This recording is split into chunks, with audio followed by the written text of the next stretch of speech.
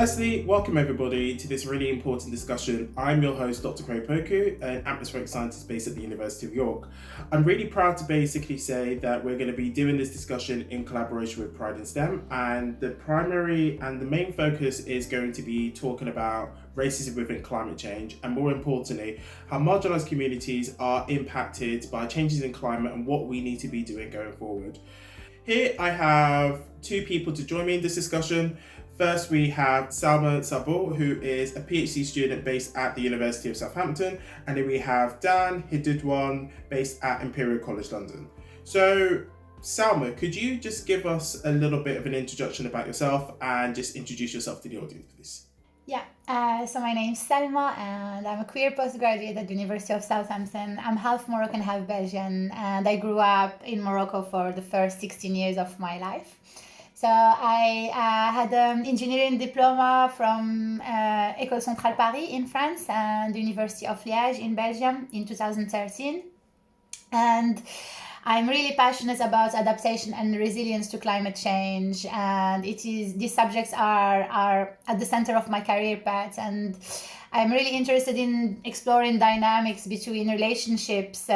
Dynamics and relationship between communities, community-based approaches, management decisions, and how they can support national, local, regional, and international policies in relation to adaptation to climate change.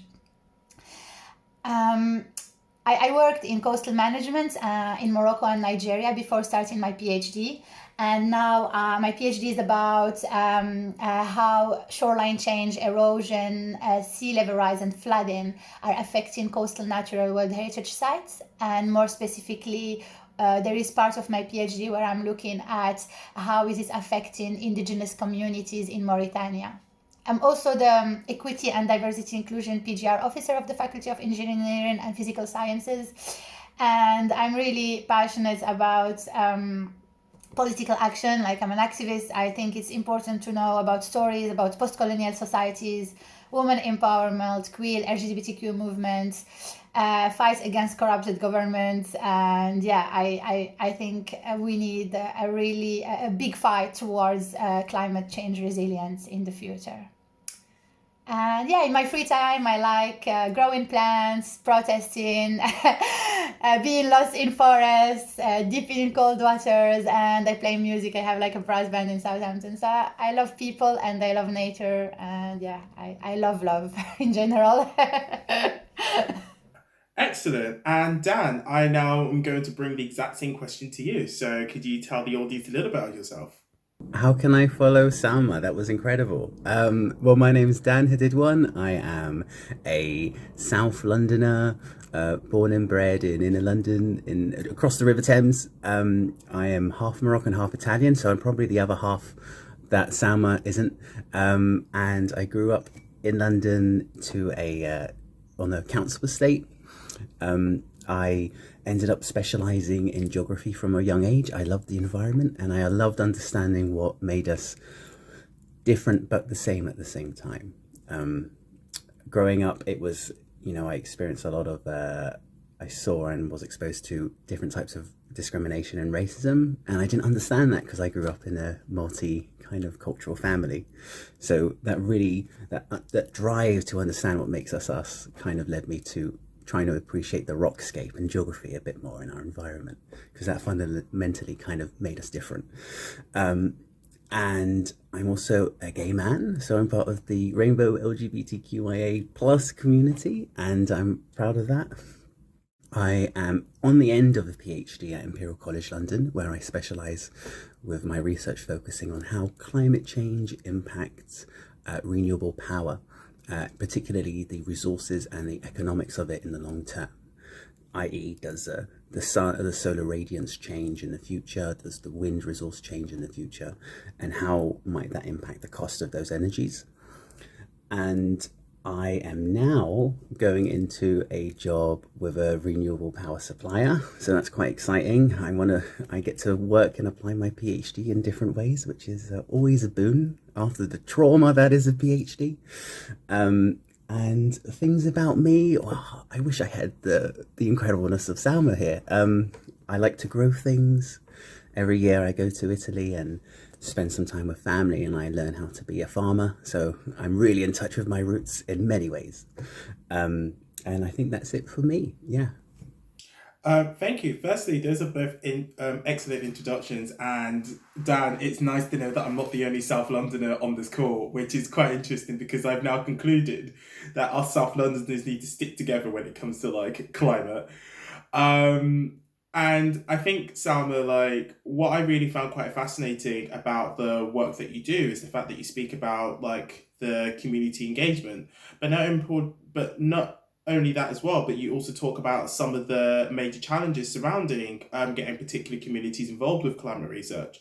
So to begin this discussion, could you expand on this point for us? Yes, so just to give like a really simple example of my own experience in trying to conduct research in Mauritania. It's really difficult to conduct research in some areas around the world, and sometimes most of the research are made in really paradisiac places around the world, and there's this or like safe and in some places where you have social or political environments that doesn't feel safe, like countries in war or countries that are deemed dangerous for foreigners. For example, if you look at the FCO website, so the Foreign and Common Office, advice against all travel and all but essential travel in different parts of Mauritania. So just to start to just start the process to do research there, I had to go through risk assessment to really find reasons why I want to do it there and not in other places that were easier to access, easier to conduct research in. And I find the experience a bit sad personally, because I was willing to do everything to go there, and there were not specific reason. It was just I'm really passionate about desertic areas, and it is a desertic area with a local community that nearly no one knows about, and I feel the fact that research are not and collaborative research and also funding, because if I decide to have collaborator there and work with them, then the funding I've got in the UK is supporting research there, yeah.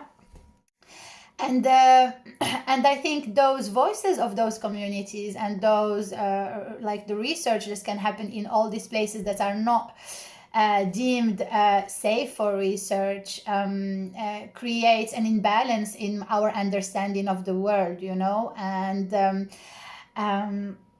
the research protocol as well, like the research protocol is really westernized. Like if you go in Africa, there's a lot of people doing research, but they never publish papers because it's really complex. You need a lot of money, you need it's a really harsh system. It's not easy when to do that, so they have just a lot of reports, and there's also research done in indigenous ways, because most of the research protocol follow some techniques that are coming from the west. They're not there's other ways of conducting research elsewhere that we don't even know about, because there is this predominance of the white way of making research. And I think we need to open ourselves to first saying, okay, I'm a researcher and I'm taking risk, and I want to take risks to go do research in this country. It's my responsibility. Can I have this responsibility? And also accepting that maybe there are other ways of doing research. There might be indigenous approaches of conducting research that we don't know about, because we just know this specific system. And of course, there is in the UK, you can start seeing that like lots of nature journal are starting to acknowledge that you need to have more minorities groups supported in doing research. If you look at just papers in general, most of the writers are men, white. It's really striking, and it's really sad. And then it brings just one point is, research can be creative. Research is like anything else. It can be creative. We can be creative in it. We don't need to always follow the same methodologies. We can be more creative. We can bring creativity in research as well, and have it less structured in one specific way, because we're missing a lot of info. Like, we're missing a lot by doing it always maybe in the same way. At least this is my personal opinion. I think that's a really interesting point that you make there, because what you're basically highlighting is that in order for minority communities to be able to engage in research, they basically need to conform to the norm. And I say this norm in the sense that it's a very white Eurocentric way of basically the way that we kind of conduct research. And what's really interesting over the last, say, year or so is the fact that we're finding that there are a lot of groups who are like, we need to engage in the BME community, we need the BME community to engage. But what they're really trying to say is that actually they're going, you need to engage in the way that we do stuff, and hence then you're basically conforming to the academy. So the question I'm going to actually follow up with that, and you talk about Indigenous communities, is how do you think that the research that these communities do would be critical in order for us to actually understand how to address future climate problems? I think that it's critical because we need to incorporate different visions of the world. For instance, if you look at how indigenous communities are much more resilient to climate change than Western communities, because they are much more connected to nature and they've been adapting to changes from a long time. There's the possibility that we need diverse views. Like, even personally from me, just being bisexual and coming from different, like from growing in a different countries, doing my PhD in the UK, it opens my mind also to the differences on how people perceive climate change. For example, if you look at in Bangladesh, most of the people, like, there've been this assessment where lots of people living in South Bangladesh were going up north because of lots of flooding happening in the south, which is one of the biggest mangrove forests in the world.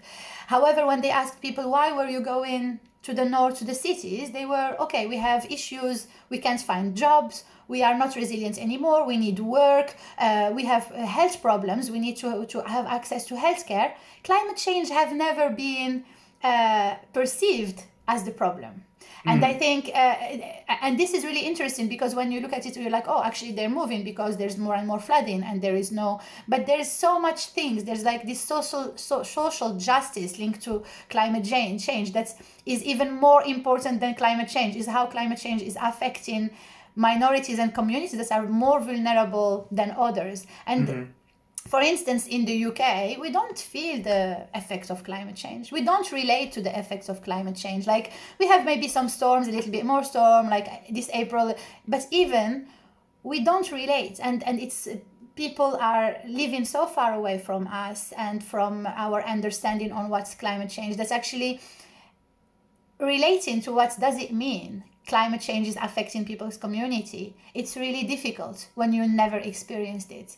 So this is why we need people who are experiencing it to tell their stories and to be empowered to do their research, because research within their countries, you know, and their finding to be shared and to be acknowledged, because they are having a complete different experience from what we have. And we are like, at least like for example in the UK, we have like amazing research about climate change, sea level rise and everything, and we're trying to understand the impacts and everything, but it's coming from our point of view, and we need to remember that this is our point of view. It's my point, it's like there is an individual point of view that is linked to my story, and if we don't look at other communities' stories and bringing them not just like in books and everything, but bringing them into the research community, I think we're missing the real impacts of climate change in communities, and we're missing how to deal with it and how to adapt to it in general, because we don't have the experience to relate to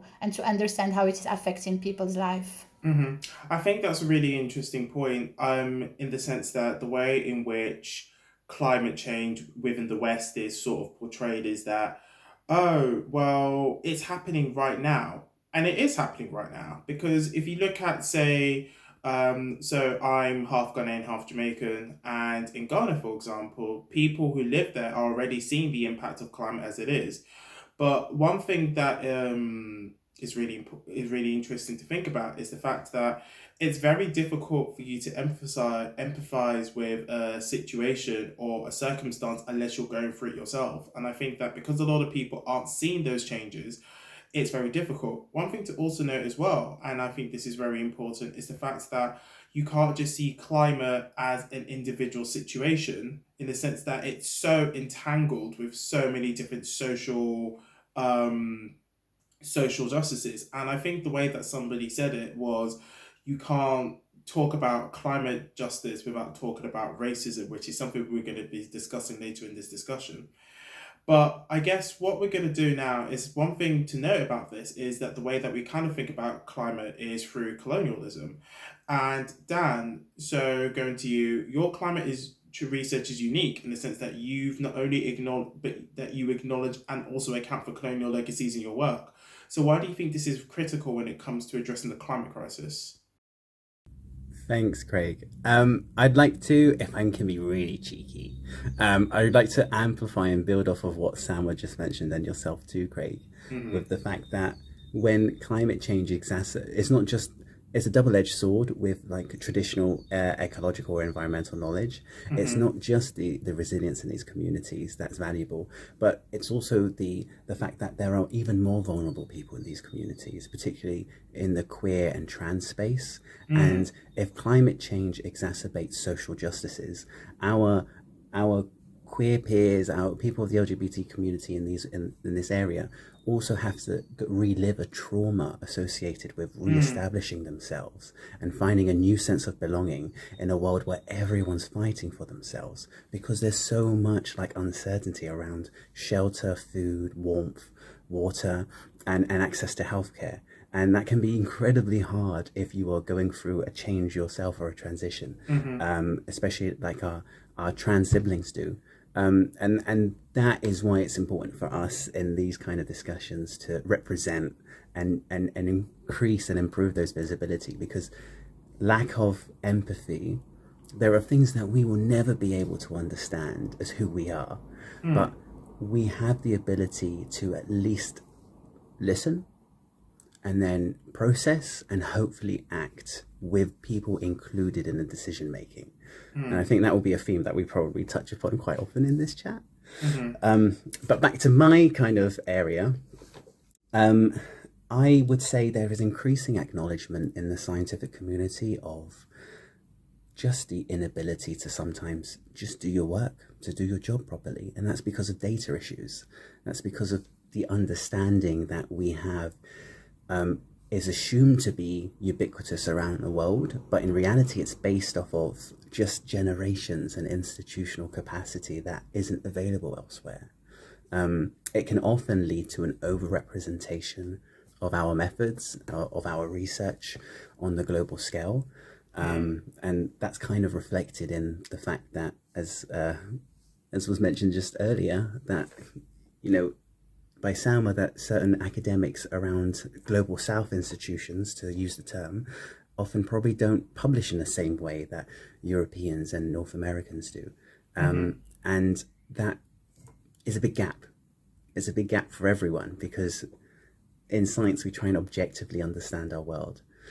And the histories of living in a system and being conditioned in this system where you work hard and then you publish and then you share findings and you collaborate in areas where that might not be the precedent, it is hard for the academia, as you said, Craig, to kind of collaborate and to work with them. It's a two-way street, and I think there is just quite a lot of misunderstanding around how do you collaborate between different cultures. I mean, if we have racial and cultural issues here in the UK and we're quite a developed economy and we like to think we're a developed society, imagine what it's like doing that transboundary. Imagine what it's like doing that with people from around the world with different belief systems, different social systems, and different educational systems. When it comes to the colonial legacies, studying at Imperial College London and having previously been at UCL, these world-leading institutions have at some point in their past been involved with, less than stellar dealings, and the capabilities and the skill sets that have been developed were sometimes maybe potentially used to inform and extract resources. And at the time when that was happening, it was acceptable and it was fine. But to leave the history in the history and the statues up where the statues are, we need to critically reevaluate our perspectives and say, could we be doing more based on our past? Is our current standing fair? How can we revisit the idea of equity in how we teach, in how we research, how we collaborate? Is it fair that lots of funding, like Samuel was saying, is brought to the table and then it's limited in where it can be spent because of these very archaic notions of what is safe and what is a good community or what is a good culture? And I think we need to be having more of these discussions. There are no right or wrong answers, but there are ways in which we can progress it, because I feel we are not the solution. The three of us today aren't going to solve racial or homophobic issues or gender issues or ability issues in STEM. No. But what we can do is improve the platform for others to fight with us and to continue that kind of progression. So that's my research itself kind of tries to do that in the climate change and renewable energy sphere by trying to lean more on global data sets, which can be improved by global technology rather than focusing on continental and regional areas, because we know a lot about wind and solar in Europe. We know a lot about wind and solar in North America. We know not much about it in sub-Saharan Africa, and that's because there's a lack of historical record there. And that could be improved with new technology and just collaborating and listening to the people on the ground. And at the moment, people don't have those skills to really effectively do that. And that's where perhaps, we as intersectional people, we as a diverse community can begin to leverage our skills to really help and, really accelerate this kind of development and low carbon transition globally, in my opinion.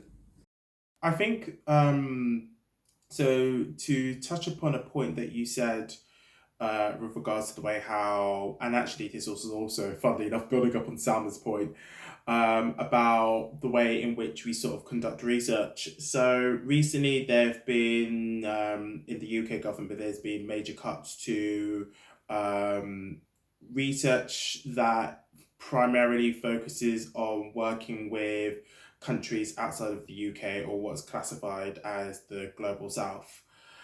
And what's really interesting is the fact that there are a number of projects of this nature where they will be saying we're going to be doing collaboration between, say, the UK and, say, Ghana, to look at forecasting, as an example.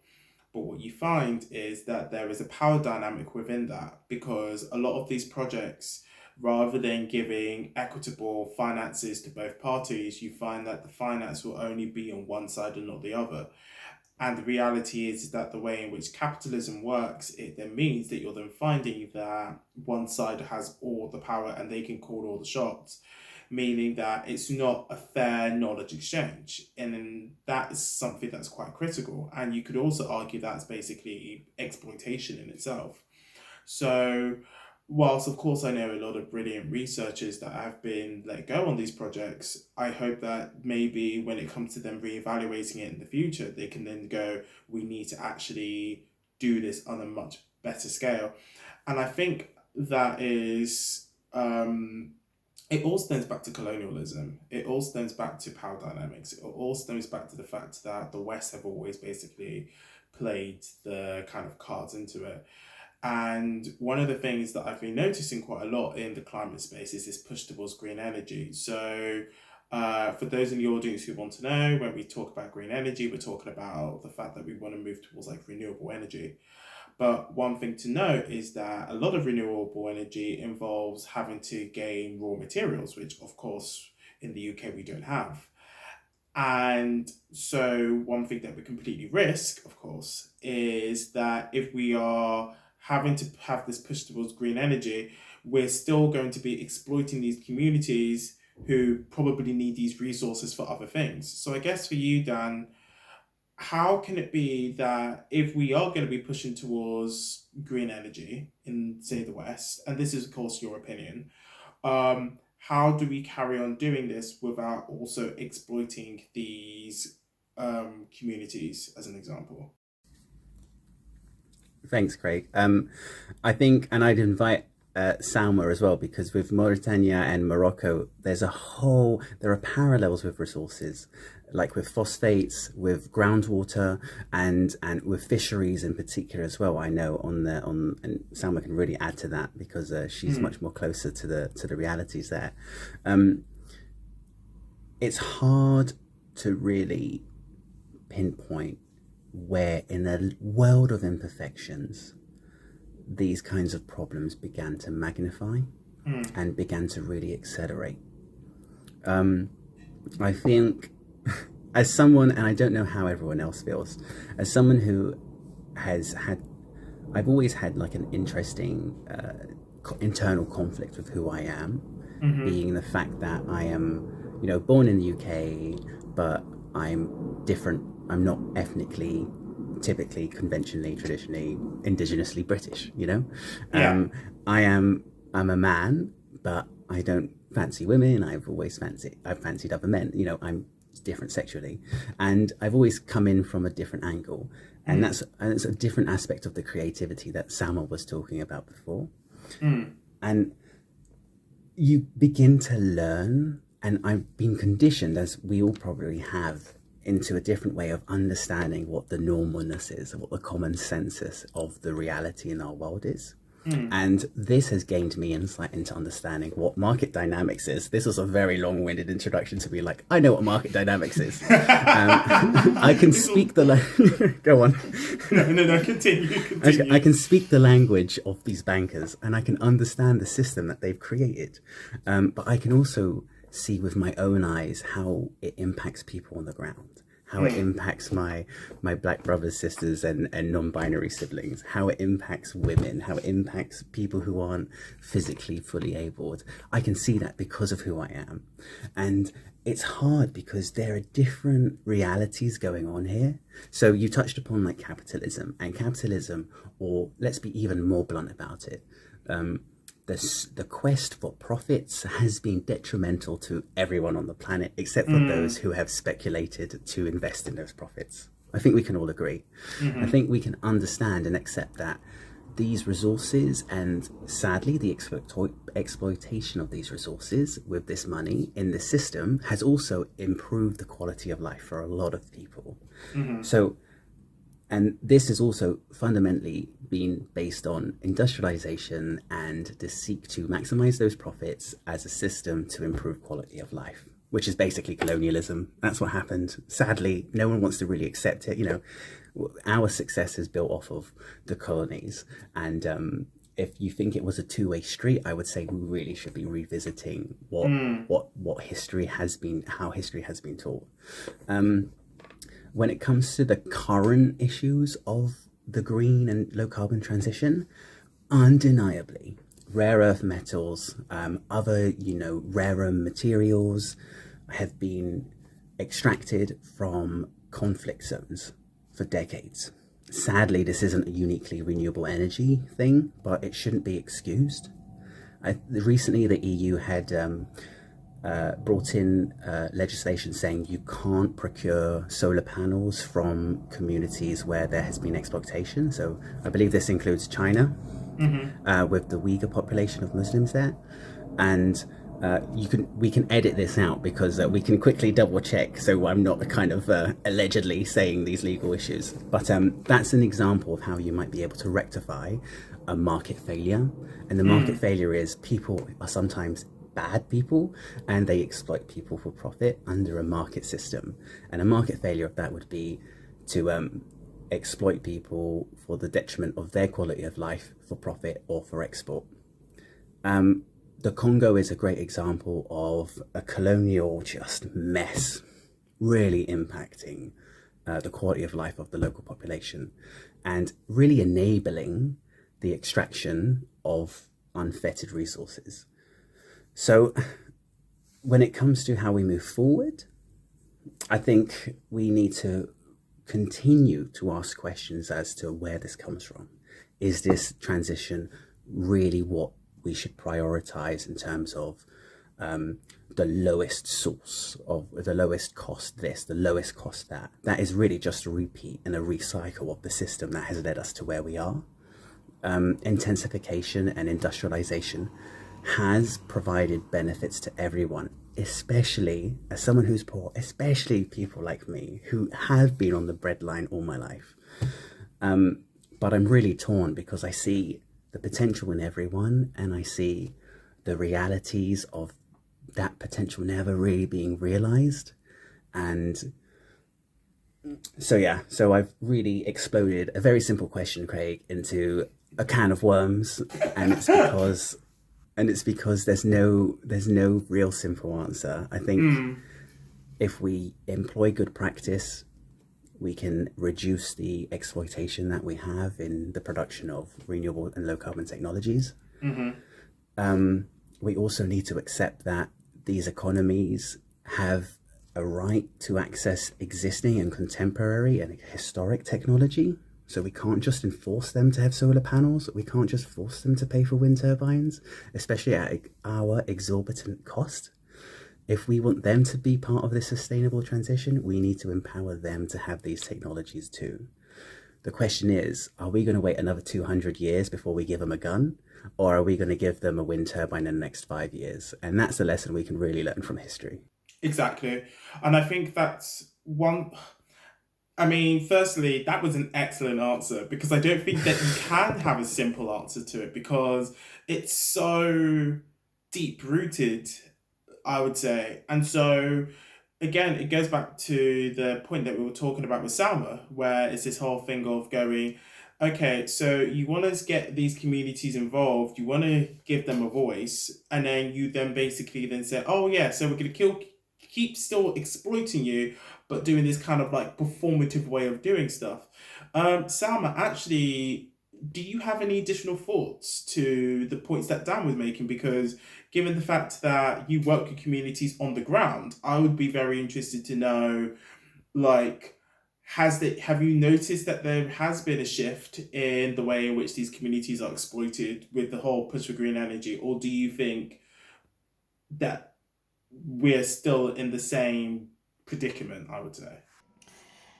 First, I really want to say that, like, I really loved your answer, Dan. It was like you have such an amazing way of putting all your ideas together, and you're really clear in everything you're saying, which, like, I struggle with most of the time. I'm just like, which idea, how to bring them together. But just to come back to that, I just want to bring, personally, I think renewable energies are important, but at the same time, I think that our perception to profit and our perception in how we want to carry living in this earth all together needs like a drastic change. Because with all the renewable energies, if we keep living as we are living, with like considering actually with more that we need, we all live with much more that we need. I think it's, and some people even more, billionaires, multi-billionaires, and recognizing that the shift needs to come from our, like, not just our behavior as individual, but our behavior as a culture, as a human culture, as a country culture, as individual culture. It's like the culture of relationship needs a shift. And I want to talk about one. I'm really passionate about permaculture. So it's like a design principle of how to interact with nature, with people. And there's 3 simple principles. It's earth care. So how do you care for the earth? People care. How do you care for people? And fair share. And fair share doesn't exist.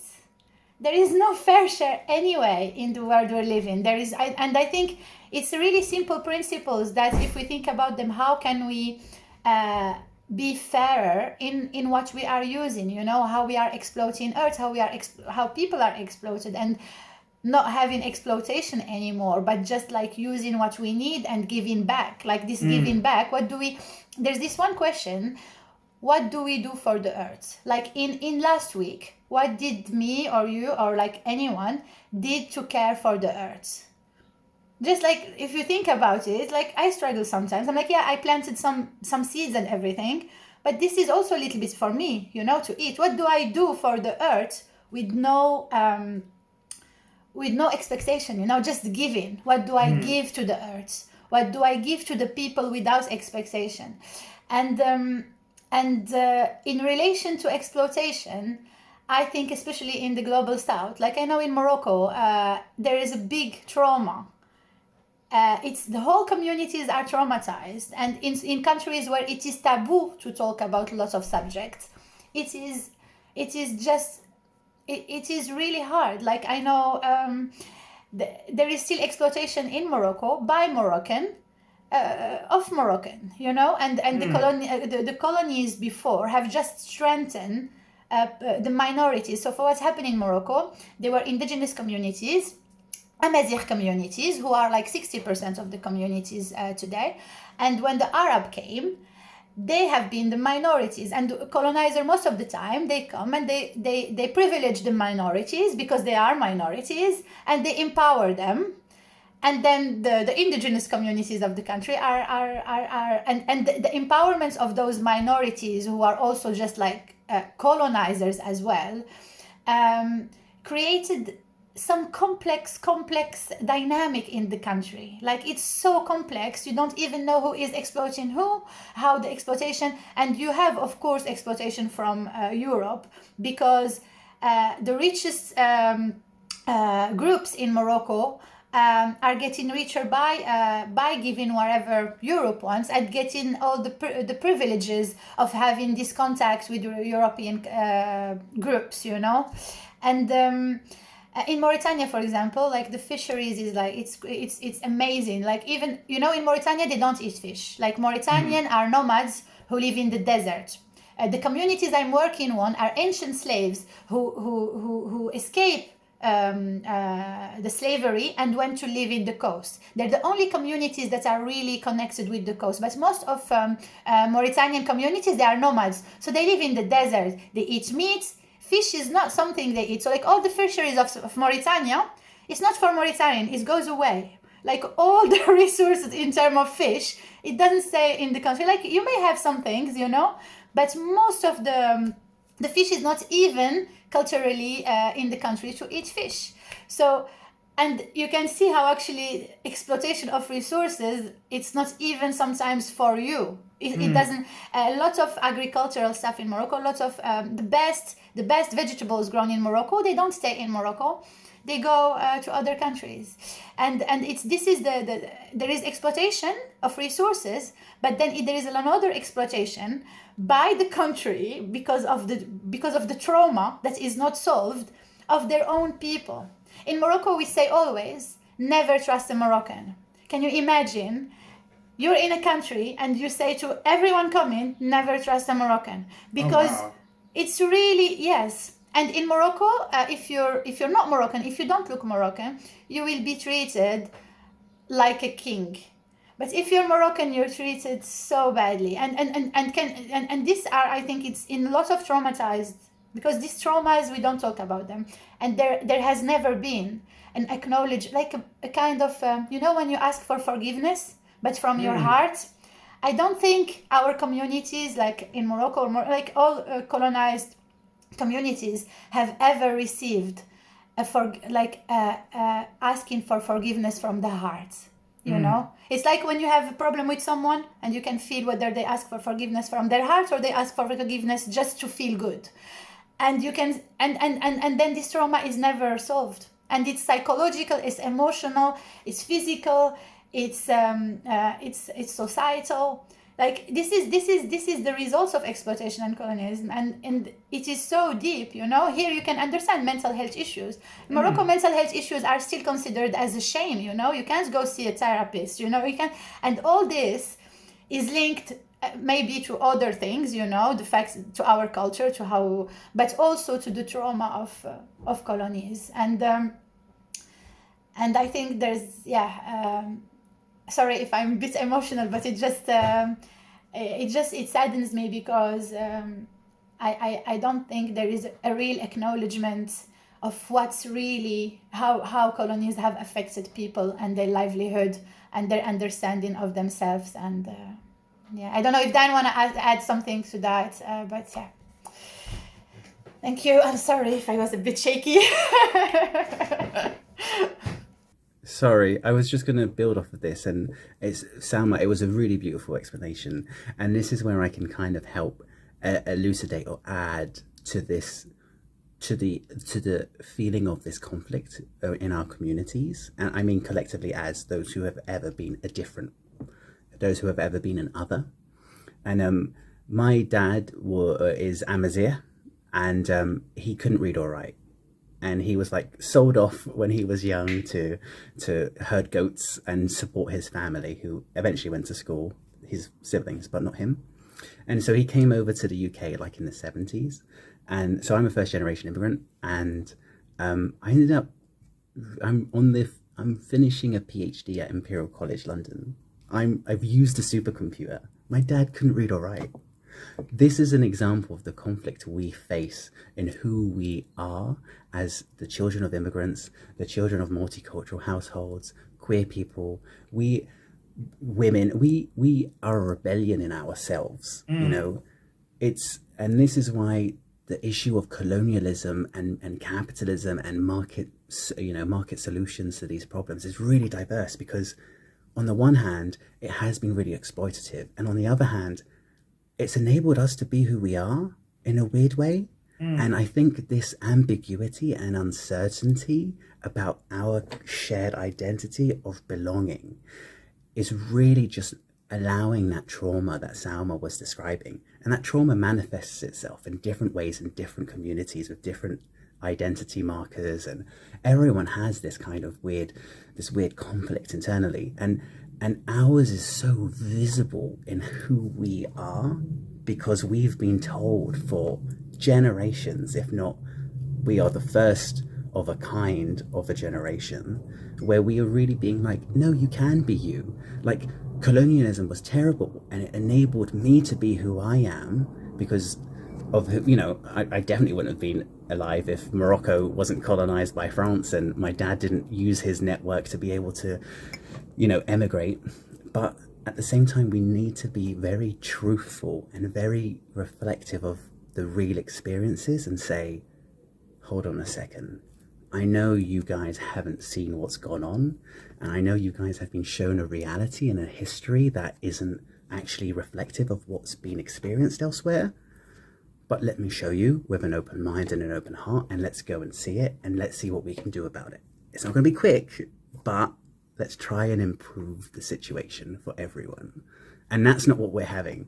We're having a situation where he said, she said, they're attacking me, I'm being defensive, so I'm attacking them. And we'll get onto this, because I know, Craig, this has so many parallels with Black Lives Matter as well. And the whole debate around, is this trauma preventing me from accepting myself? Is this trauma affecting others, accepting who they are and who I, what I mean? It's so multi-layered. And, but yeah, I'd be keen to hear your thoughts too. So I think I'm going to build up on what both of you said, actually. I think that you notice this quite a lot whenever it comes to discussing minority communities within the UK, where an issue will arise, and what you'll find is that you then get what I like to call whataboutism. So it's this idea of, but what about like the white working class, or what about this, what about that? And what's something that I guess kind of hit a raw nerve was this idea within the Black community and different parts of the diaspora, where you'll find that some Black people will feel that they're better than other Black people. And so they then have this aspect of kind of going, well, you had this oppression, but I was even more oppressed. And so therefore you end up having this kind of in-level fighting. And I think that when I hear other white people very bluntly discuss this. My argument is, but you don't know, or you can't really make a valid point to this argument because you're not acknowledging your privilege or you're not acknowledging your part in colonialism. And I think the reason as to why all of this is very important when it comes to like the way how we address climate is because it's so multifaceted. And the way in which we address research, the way that we kind of address activism, the way that we sort of address all of these points, you need to not only acknowledge colonialism, but you need to also acknowledge the intersectionalities within that. So, what do we mean by intersectionalities? We all, everybody in the world has different characteristics, and some characteristics are more oppressed than others. So, as an example, if you are a cis male compared to a cis female, you will find that a cis male will have it easier in life. Like, whether that means that they don't have to deal with the gender pay gap, or whether it is more the fact that they are going to not have their integrity questioned. If you are queer versus being straight, then of course then there are other oppressions within that as well. So as an example, as a black queer male myself, I know that society will penalize me because I'm both black and queer, but because I'm a cis male, I then know that I can sort of control a room that I know that if I was a black woman, I would not be able to have. But I say that intersectionality is really important to acknowledge is because with that different viewpoint, I can now basically address the work that I do from a different perspective. And so a question to both Salma and Dan, so to both of you, why do you think it is critical to incorporate race as well as gender and sexual identity in the way that we address future climate? Because we're fully aware that as queer people, it's not just even the case that climate is happening, it's the fact that climate, as you said, Dan, is making the trauma of being queer within a space that you can't be yourself even more apparent. But why is that critical to incorporate in the way that we do any future climate work? So, Salma, do you want to begin? Yes, thank you. Thank you for summarizing everything so nicely. I think I'm just gonna listen to this discussion again and again, just have it on my just try and listen to it. It's really nice to be able to share, you know. I think first, like, if you look at indigenous communities, for example, their resilience to climate change, but also their vulnerability to climate change is more and more recognized by the scientific and the policy literature. And if you look at indigenous communities, their life is based on a reciprocal relationship with animals, plants, and ecosystems. And within that, you can see that responsibilities associated with this relationship are gendered in many indigenous communities. So from the beginning, gender is important for doing any research because at least for indigenous communities. And in terms of intersectionality, I think we need to understand how different individuals and group relate differently to climate change. And as you were saying, because each group actually have more acceptance or less acceptance depending on where. Like, for example, perception of climate change of queer communities in Morocco. Who knows, you know? Who knows about this? Because queer communities in Morocco are not allowed to express themselves, are not allowed to exist. They're imprisoned. They need to go find refuge in other countries. So this question cannot even be answered because they can't exist in a country. So, but this cannot be changed right now. But it just to show you that by not accounting for race, gender, and sexual identity, we don't have a holistic view on any subject because everyone's experiencing things differently, especially on groups that are minorities and that are stigmatized by societies or in general by the human concept of what is being human. And I think also it's important to look at power structures, because when you do research by accounting of sexual orientation, identity, gender, you're actually also assessing different power structures, and you can see what is affecting that, how this being like a cis male, how your perception being a cis male changes from queer, and how these different perceptions, where do they converge and where do they diverge. And then understanding how different social categorizations change, like the perception of different social categorizations have different views on climate change. And I think intersectionality is the only way to enable solidarity and beyond social categories, and try and really to look at okay, what's people think, what's this human, this thing that make us all the same, our human, us being human. How do we relate to climate change as human and not as different categories? And actually, to be able to have the human side, the holistic side, we need to explore all categories. It looks like, it's like a little bit contradictory, because actually to be able to have the holistic view, we need to look at different categories. And for me also as a researcher, intersectionality is the best way to do critical thinking. It's the best way to kind of approach the same problem with different views, and not just methodological approaches, but different views of people. And thank you. Yeah, no, I think that's the really key point here, and about the fact that intersectionality does need to be taken into account whenever we're doing this type of research. But what's also so there was something that you said about, like, for example, queer people in Morocco and their sort of like how climate's going to impact them. But then afterwards, then it then ties into like the whole kind of prison system, which you find will penalize marginalized communities, not only just in, say, places like Morocco, but across the entire world, as we've seen. And so then that then kind of goes, well, when we talk about, like, climate impacts, we always seem to only focus on people that have the freedom to be able to do what they want and be able to kind of live the lives that they are. We never, ever, ever get the viewpoints of those who are basically being reprimanded, or not reprimanded, but are basically being penalized by the system. Dan, I would love to hear your points on this, because you've kind of brought up on some of these in the discussion that we've had so far.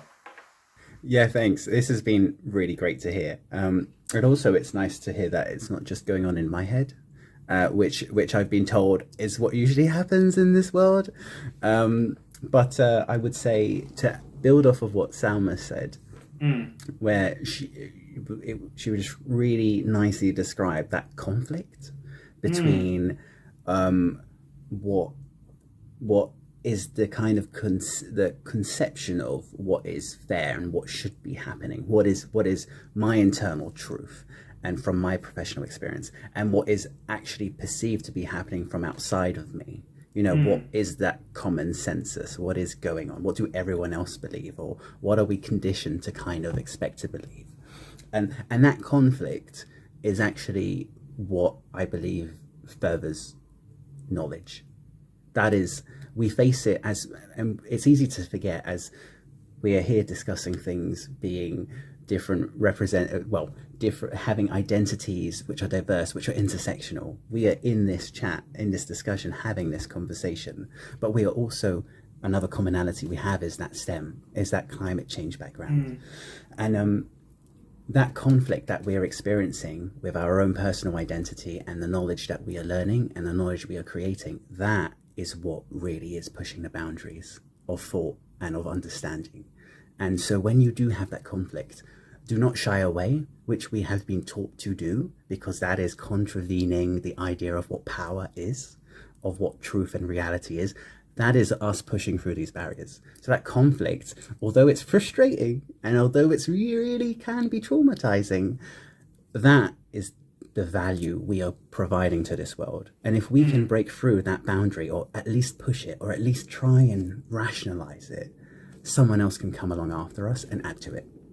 And that is basically what the academy should be, you know? Yes.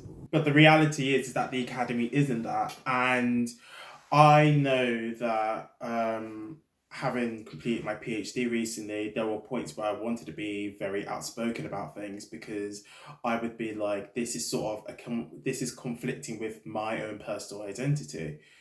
But then I was also of the opinion where I was like, at this point, without that PhD, without that doctorate, I don't have that power. And it's horrible to think about it, but in the end, the moment I started to become more vocal was the moment I knew that I was guaranteed to get my PhD, and that was when I passed my PhD Viva. And after that, that's when I then became a lot more outspoken in the way in which things are done. And so I commend people who, I sometimes wonder if I held myself back at points, because I wish that I had the courage to be able to go, no, that's not right. And so I really commend people who are like, even if it risks me not getting the qualification or me getting the job promotion, that they are still being vocal about these things. And also, one thing to note as well is that there's some really excellent points that have been made here. And one organisation I actually want to bring up is the Racial Justice Network. So I've been working with them for the last few months as a volunteer, which I absolutely adore. And within the organisation, they've formulated what's known as the 13th recommendation for Leeds City Council to address the climate emergency. And the 13th recommendation essentially summarises 3 points. So the first one is that we need to have a more international approach, which are some of the points that we discussed on today.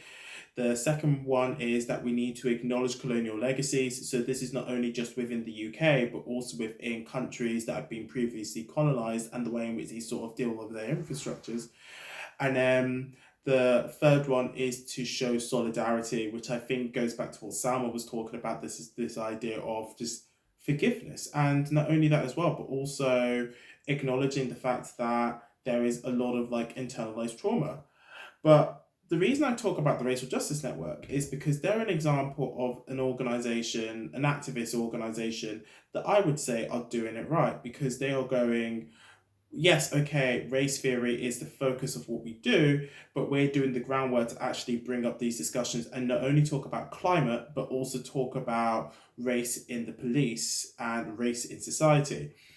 Other organizations, on the other hand, like Extinction Rebellion, have been critically not critically criticized. They have been criticized on several occasions for not only having no acknowledgement of intersectionality, but also doing things that are quite dangerous. So going to Brixton Police Station and giving them flowers, also not realising that Brixton has got a very high rate of stop and search, which primarily attacks black men. Salma, when we were preparing this discussion, you actually discussed that you do activism within XR, but you say that your subsection of XR is better. Could you go into a little bit more detail and actually see what XR as an organization can learn from the subgroup that you work with? Yeah, I think there is like XR have been learning a lot from the experience they've been through. And personally, I don't have a really good relationship with the police growing up in Morocco, and having had have been abused by police power in Morocco. Clearly, it's not something I never feel comfortable with the police. And I remember I went to October Rebellion and I was there, and wherever a policeman was just approaching me, I would like be shaking, you know? And I was not prepared for that as from where I was coming from. And XR have acknowledged this. They acknowledged this mistake, and there have been actually lots of discussions in having a fourth demand. So instead of having the 3 demand of XR, having a 4th demand mainly in relation to social justice. And also what we've done as a group, local group, is that in our 3 demands, in each demand social justice is included. So we had the thing with XR is that you have the national group, but you have also the like smaller group, local groups. And in the local group, you can actually, this is where you can actually bring discussions about all these issues, and then you can bring the information to the national group.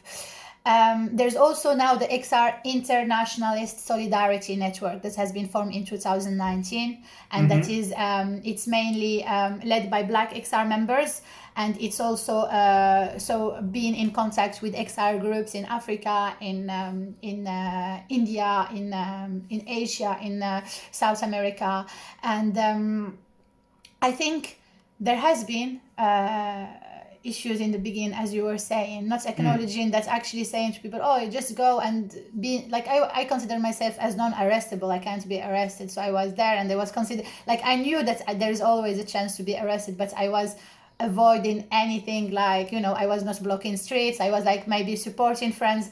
However, I felt that in the beginning there were less trainings about like being aware of that, but XR have really learned from that, from the criticism, and at least in our local group, I feel that it's acknowledged. Like one of our members is really active in that, and really talking, like we spent like months and months talking about that after October, the rebellion in October, and acknowledging what didn't work, what worked, and how did we feel about it. The thing also is that it's true that you have a choice. You can say, okay, I want to go protest or not. But it's not really, you don't always have a choice. Like I feel like I need to be in the streets because I need to be there because it's important for me. It's like, even I don't have a choice, but like at the same time, I need to be aware of any danger or my states, emotional states, and be aware of what the situation can bring me from my past traumas, so I think it's not always like when you say, oh, you can protest, you don't need to protest if you want. I think it's our right to protest, and doing it like in different ways. And I feel personally that XR have made lots of work in including intersectionality, at least in my local group. I feel like in all our 3 demands, so we changed the demands, so our demands are different from XR, so they are still the same information, but we added to them. So for instance, we have our 3rd demand. It's the XR demand is people assembly, and our demand is trust the people. And its governments must upgrade democracy by creating a citizen assembly on climate and ecological justice to decide the changes needed, and thereby enable the transition to a regenerative and redistributive economy that prioritizes the rights of the most vulnerable communities. And we this is what I like about XR is the freedom. It's not hierarchical. So there are you're not obliged to do national action if you don't want. You can, and I'm personally really active in local actions because I feel this is where I can do the most. And yeah, I think they're making progress. They acknowledge their mistakes. I think when someone's telling you, I acknowledge a mistake and I'm trying to improve, it's a good sign, you know. And they're not doing it because all the people want the similar things. So yeah. Thank you. No worries. I think for me, so I have a very conflicting relation with XR, and I think that this has primarily been because I've worked with organisations called the Racial Justice Network, and I've sort of seen the kind of groundwork that they can do. I do think that local action definitely has its benefits because you've got a little bit more control with how you can sort of do stuff. I think that one thing to note, though, is that even if it's the case that you acknowledge that you're making a mistake, it's going to take a very long time for you to sort of unlearn that behavior, and not only unlearn it, but then actually then start doing the right things.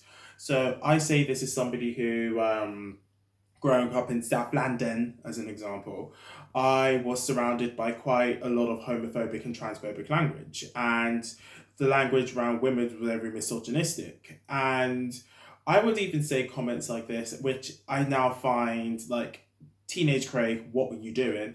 Where I'd be like, I can't be around gay men, but lesbians are okay, which is so problematic in itself. And that's literally stemmed from the fact that within these spaces, that language was okay. I'm still working on that myself. And so whenever I see people go, we've acknowledged a mistake, we're now including this, we're now including that, I'm like, it's not as simple as just going, oh, now we're starting to do this. And this brings us quite nicely to the end of the discussion. So just to say, firstly, I've really enjoyed being able to host this, and I hope that the audience have really enjoyed it too, because one thing that we're hoping as a sort of takeaway message is that you kind of need to get marginalized communities involved in the climate conversation and not just do it as a sort of performative action. As we're all aware, one thing to note is that it's now been a year since the murder of George Floyd in the States, which obviously triggered the resurgence of the Black Lives Matter movement across the world. And whilst we're aware that the police officers that killed him have now been sentenced, whilst for some people they claim it's justice, I would argue it's accountability, because even after George Floyd got killed, black people are still being killed around the world. Brown people are still being killed around the world. People within marginalized communities, in vulnerable communities, are still being killed around the world because of who they are. And one thing to note after the Black Lives Matter movement, and I know what my answer to this, but I'm interested to hear your viewpoint, was the fact that we saw a lot of organizations across the entire spectrum claim we're supporting Black lives, we are here for the Black Lives Matter, and a lot of these organizations fall within the climate movement. So I guess as a summary from both of you, a final summary, do you think that there has been progress in terms of what organizations are doing to support Black lives and more broadly marginalized communities? And if so, and if they're not doing that, what bit of advice would you give to organizations to actually make them do accountable change? So, Dan, would you like to begin this? Yeah, thanks. It was really interesting, both of your points on how we protest and how we can manifest and project our own kind of real and legitimate concerns and kind of critique the society around us to be a bit more open-minded and to be a bit more progressive. For me, I would say the fact that we are here today having this conversation is the biggest progress I've seen in my lifetime. I grew up kind of very similar to what you were saying, Craig, and with the inherited and my own traumas from my family, which Salma was describing. I didn't have anything like this growing up, and it's beautiful to see that at least 3 of us can come together and speak so openly about our experience, and that is the way forward. We need to be more honest and open about our lives so other people can see we're not so different. In terms of the way forward, I'm keen to the real question that we have to continue discussing is the progress we're making for inclusion, for equity, for diversity, for intersectionality in the world, in STEM and in justice, is it going at the right pace? And are we satisfied? Do we accelerate it, or do we continue trying to make sure no one is left behind? That, for me, is what we should be focusing on, because the discussion we just had between XR and Black Lives Matter and all of these diverse and beautiful ways of expressing rebellion, the goal is the same. I think the means are different, and we should come together as a community and touch stone and just basically be like, what you're doing is a bit extreme. Not to deny anyone's right to be who they are, because that would be fundamentally against what we represent, but to do it in a way that's, considerate, and do it in a way that's enfranchising and inclusive. And that for me is the take home. How do we continue with this discussion in an amicable, respectable, and one in a way which has integrity and robustness, so the people who come after us can continue the work that we've done and the people before us did, and applaud them and celebrate and move on. So that's how I'd summarize. There's a lot of incredible and beautiful work going on. How can we continue it? I think that's really important to ensure that nobody is left behind, because it's this idea that we are all one with the planet, we should all be giving back to the planet. And I think that you're still finding that even when people claim that they're still trying to ensure that marginalized communities are involved, that they're doing it in a very exploitative and still in a very power dynamic way. So it's going, we're giving you a voice, but you're going to try and fit on our table, but actually we've only got one seat and there are 10 of you. As opposed to what should happen is going, no, actually we've decided we're going to make our own table instead, and we're going to do this discussion, and we are knowing that we're going to have really valid points, and that's the main thing here. Salma, how about you? Do you have a final summary for whether or not the climate movement has been better at incorporating racial justice? And if not, what one bit of advice would you give these organizations? For me, I think as I feel the same than what Dan says. I think there is progress, but at the same time, see, is this progress going fast enough? Because we don't have much time in terms of responding to climate change. Because if you look at really what's happening, nothing like it's like nothing of what's really needed is happening. And the same for inclusion. How long do we need? Like you were saying, that we need time to really unlearn, but is there any way to unlearn? I know there's like always need of time, but how can we unlearn things in a most efficient way? Because I think there is a problem of time, and we can't just take all of the time to include everyone. We need to include everyone right now. We need to hear all the voices right now. We need to think about the planet, about the future generations right now. Like there is this urgency, and I think this is why the situation is really complex, is that there is urgency, we don't have time, and all what we need to do needs time. So this is why I think one of the notion I really love is cultural emergence. Is instead of trying to change things, just emerging with something new, just like transforming and creating something new together. And instead of unlearning, just learning what we need to learn, because the unlearning process will take time. But what do we need to learn now to be able to do something, and because it's two processes that are different and they're both needed. But can we take action and then continue our healing? You know what I mean? It's like we need actions, and we need as a human being, as a community of human being living on a planet that is out of breath. And we are out of breath, like we can feel it. Everything we're doing to the planet reflects on us.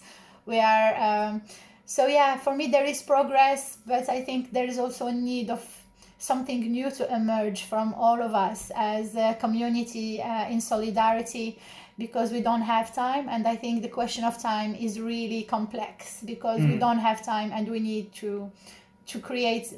Fast changes are not good. This is why I was saying, like, not fast changing but emerging. I like this idea of emerging, because it's just like it's not forgetting about what happened. No, it's considering what happened, but let's just create something right now to just give us also time to be able to unlearn and to heal. No, I think that is a really nicely put way of saying it, in the sense that it's going, we need to act now, but we also need time to do that unlearning. And I think that in a way, it's probably going to be that we're going to be taking action on the unlearning while still unlearning at the same time. So we're going to have to do it simultaneously.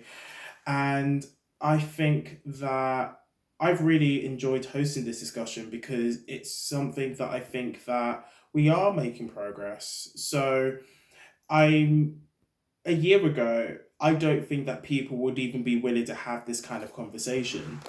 And now we're at a point where, rather than it turning into, oh, we're having a conversation on X, Y, and Z, what we're now saying is we're going, actually, here are some of the actions that some of these groups are doing, and it's in the case of them going, okay, are we actually going quick enough?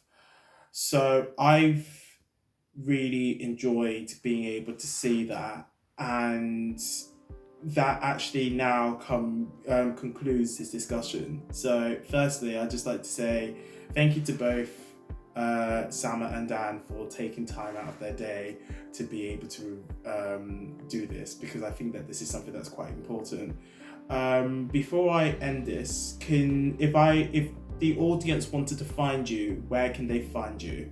I'm on Instagram and Twitter at Daniel Hadidwan, so all my name, one word, and on LinkedIn especially. If you want to reach out, don't be afraid to write a personal message, and we can continue the conversation there. The same. I'm on Twitter, Instagram.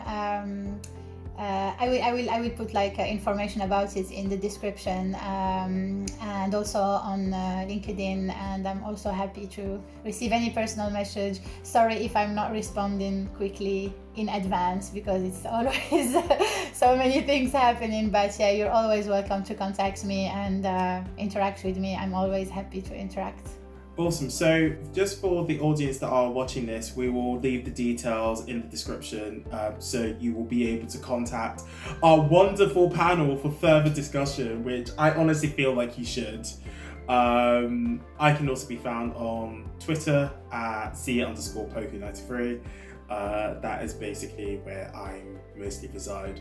So with that in mind, I'm going to say thank you both for discussing. Again, to our audience, thank you for tuning in. And again, to PrideInSTEM, thank you for allowing us to have the space to be able to have this really important discussion. I'm your host, Dr. Poku, and this has been a pleasure. Thank you. Bye.